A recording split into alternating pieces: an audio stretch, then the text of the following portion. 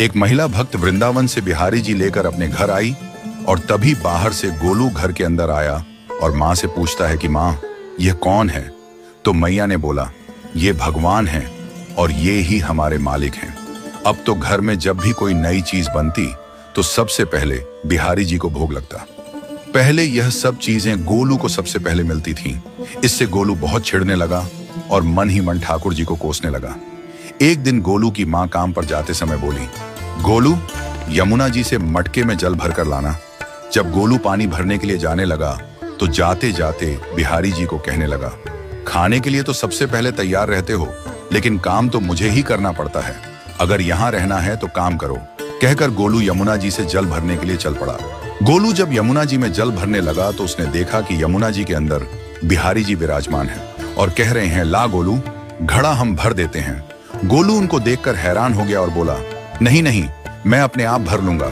लेकिन ठाकुर जी ने उसके हाथ से घड़ा ले लिया और भरकर घर ले आए। गोलू घर आकर डर रहा था कि अगर माँ को पता लगा कि मैंने ठाकुर जी से काम करवाया है तो आज मेरी पक्की पिटाई होगी।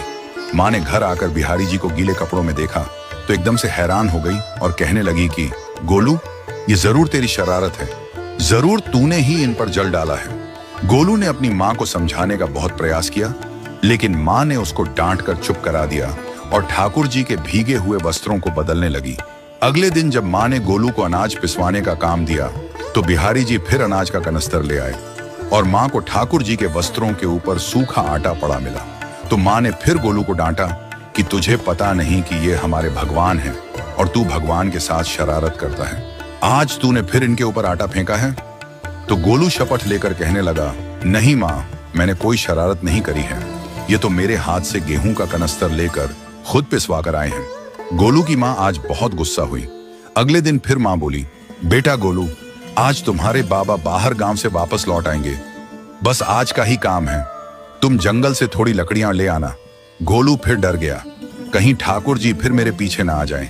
गोलू ने माँ को बोला कि मैं चला तो जाऊंगा, लेकिन बिहारी जी को समझा लो, वो मेरे पीछे ना आई। उसकी माँ हंसकर बोली, हाँ हाँ, समझा दूंगी, तुम जाओ तो सही। गोलू जल्दी जल्दी लकड़ियां लेने जंगल में चला गया और माँ काम पर चली गई। लेकिन उस दिन माँ काम से जल्दी वापस आ गई और देखा बिहारी जी अपनी चौकी पर विराजमान नहीं है। वह तो एकदम से घबरा गई कि कहीं गोलू की शरारत तो नहीं। वह भागी भागी जंगल की तरफ गई।